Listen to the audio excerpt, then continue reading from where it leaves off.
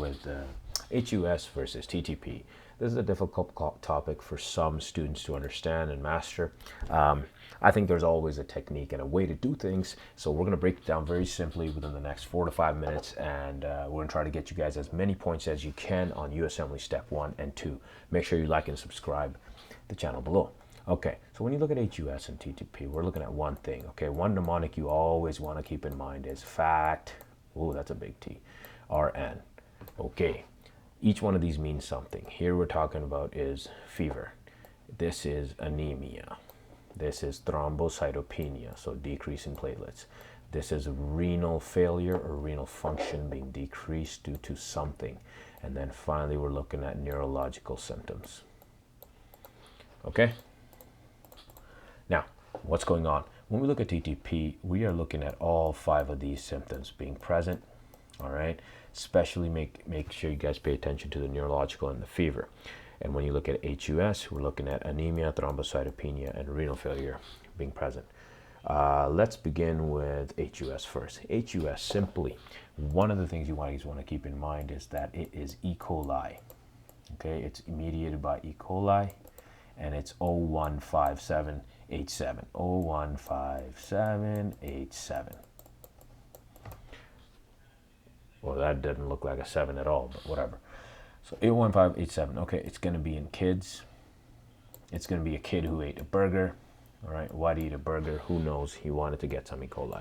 The E. coli itself serves as an antigen activating toxin. Now this, when you look at the toxin within the E. coli, it's going to lead to one of the main symptoms that it's going to be the mainstay of symptomatic pathology in HUS, and that's going to be aggregation of the platelets. So first you get aggregation of the platelets, and specifically this actually occurs within the kidney. When the platelets go inside the kidney and aggregate, that causes a lot of damage to RBCs, so you end up with hemolysis. Here you got the renal failure or renal problems, and the platelets aggregating, you got the thrombocytopenia. You covered all 3. Now, the way to treat it, we would want to think, because it's due to E. coli, we would want to give antibiotics, right? But make sure this is how the test gets you. Antibiotics is not the answer to treat HUS, okay? This is the most common wrongly picked answer on USMLE Step 1 and 2, but it's not the answer here. All right, we'll talk about the treatment in 1 second, but just remember one thing. HUS, 3 symptoms: anemia, thrombocytopenia, renal failure. Why? Here's the reason. Why did this kid get E. coli? Probably ate a burger, probably ate some raw meat, ate some beef, blah, blah, blah. Doesn't even matter. Now we talk about TTP. TTP is a little bit trickier. It's thrombocytopenic, thrombocytopenic purpura. Thrombotic means you get thrombosis occurring. So you get buildup of these platelets. Thrombocytopenic because the actual platelet count is decreased. Isn't that funny? Right? And because it's decreased, you get purpura. Thrombotic, thrombocytopenic, purpura. Also remember that purpura, you can say pentad here. Pentad for the number 5, meaning 5 of these symptoms. So do not forget.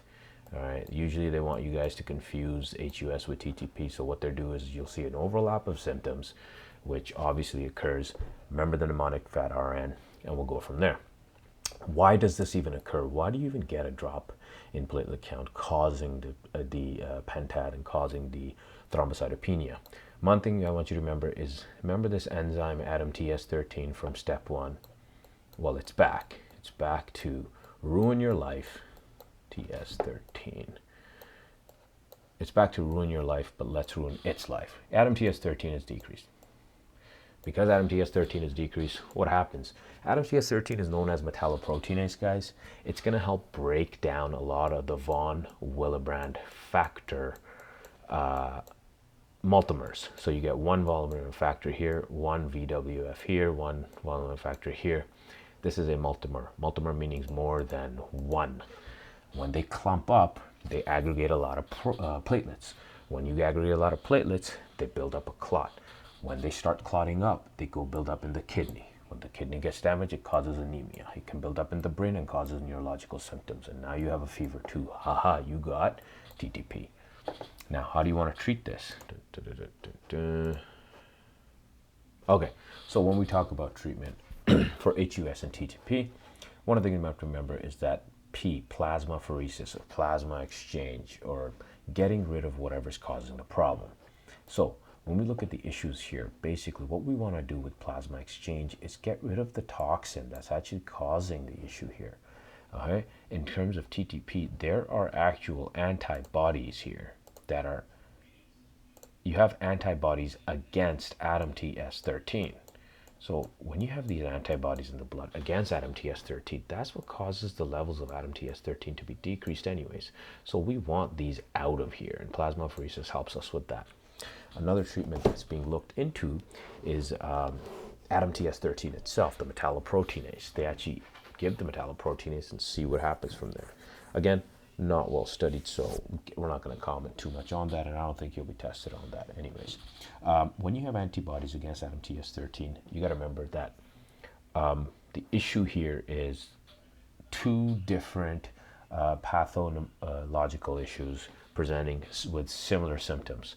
So the way that they want to test you, and the way that you will kind of want to remember the approach, would be, again, start the story off with fat RN, finish the story off with this P, try to remember the middle ground and the middle story in between, and you guys will do really well on the exam. Make sure you like and subscribe to the channel. I'll keep more videos posted. Thank you. Bye-bye.